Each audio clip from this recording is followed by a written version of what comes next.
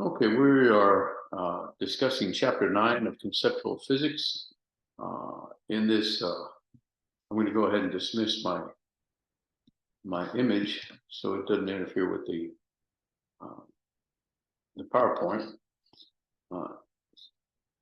In this, we're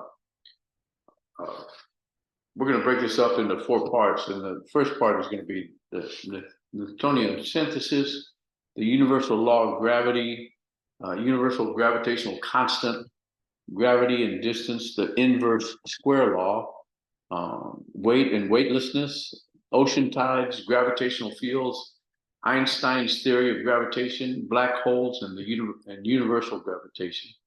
So let's get going.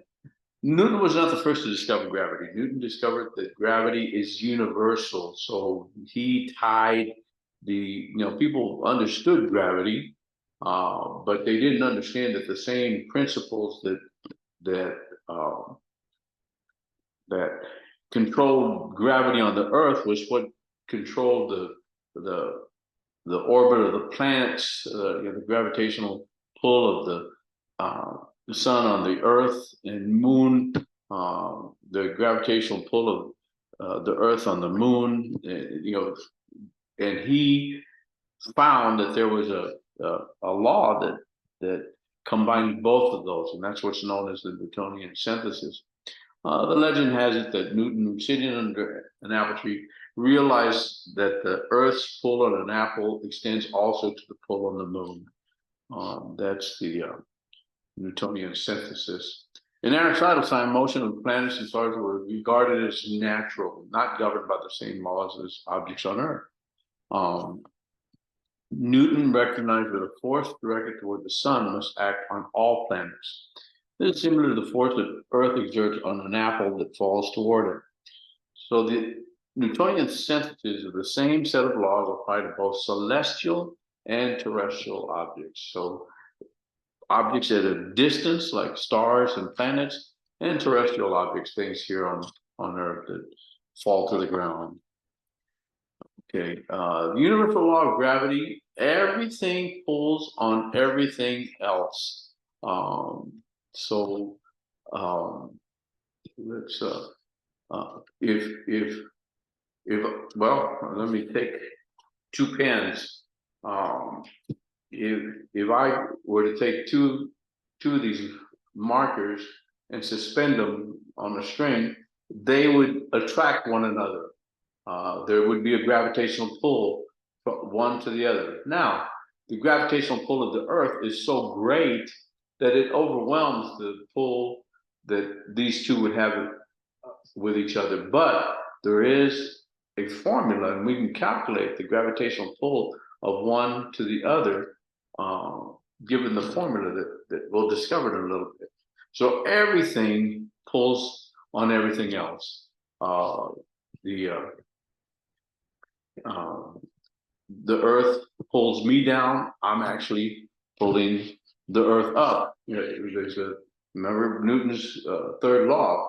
For every action, there is an equal and opposite reaction. So if the Earth is pulling down on me, I'm pulling down on the Earth. Of course, the Earth is so massive that its acceleration is minimal compared to my acceleration going down to the Earth.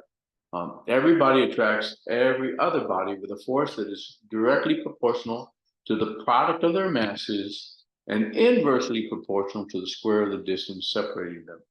We'll see that in a formula here. So it's directly proportional to the masses. You can see that here, the masses.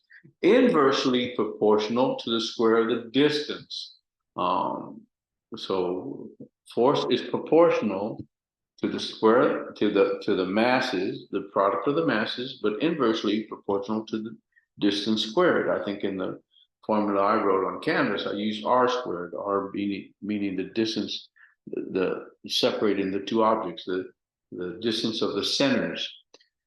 M1 and M2 are the masses of the objects, and D is the distance between their centers. Examples: the greater the masses, M1 and M2 of two bodies, the greater the force of attraction between them. The greater the distance of separation, D, the weaker the force of attraction. And we'll see that weak force obeys the inverse square law. We'll learn that I think in part 2.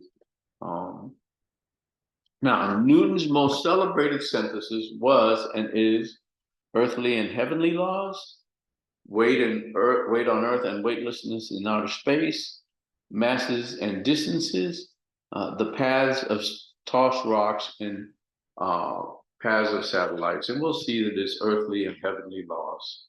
The synthesis provided hope that other natural phenomena followed universal laws and ushered in the age of enlightenment.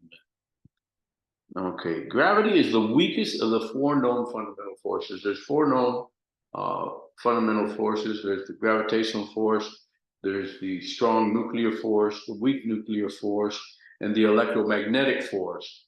Of those forces, the strong nuclear force, which holds atoms together and molecules together, you'll as you probably know, you have protons and electrons, and those are attractive, but you have protons within the nucleus. Well, like charges, plus and plus, proton and proton, they should repel each other. Yet the strong nuclear force keeps them bound in the nucleus. And the weak nuclear force has to do with beta decay. The electromagnetic force is,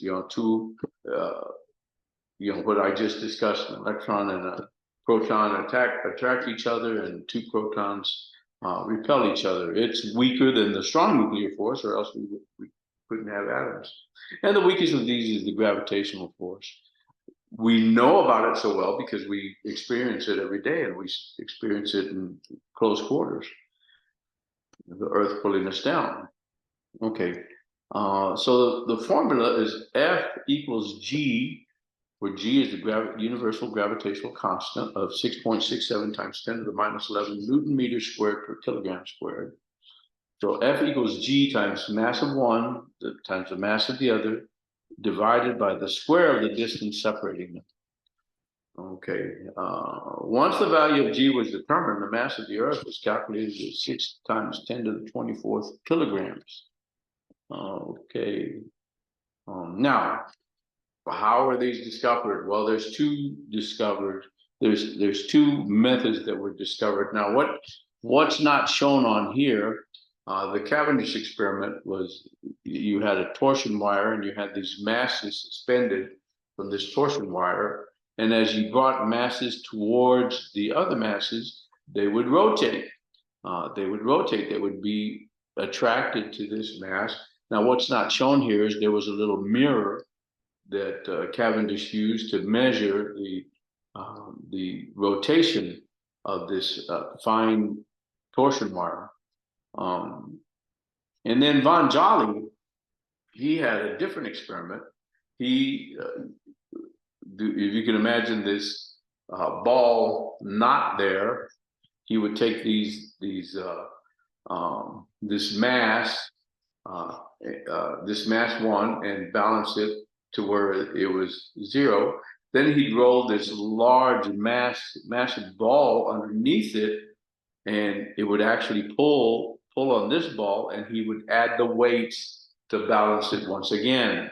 And by this he was able to discover the force or the gravitational constant G. Okay, the gravitational constant G, which links force with mass and distance, is universal because it is the same everywhere in the universe. This universality feature is shared by which of the following? By pi, by G, the acceleration due to gravity, and the speed of uniform motion. Well, we know that G is different. The G here on Earth is different than the G on the moon. The G on the moon is about 1/6 what it is here on the Earth. The only one that doesn't change is pi. Pi is the ratio of the diameter to the circumference of any circle, irrespective of the size of the circle. The ratio of the diameter to the circumference is pi, which is 3.14159, and I don't know the rest of them. It's an irrational number that keeps on going. That's the only one of these that's universal. And there it is, pi. The constant pi, which is the ratio of the circumference of the circle to its diameter, is the same everywhere. The gravitational acceleration g applies only near the surface of the Earth, not on the moon. Say,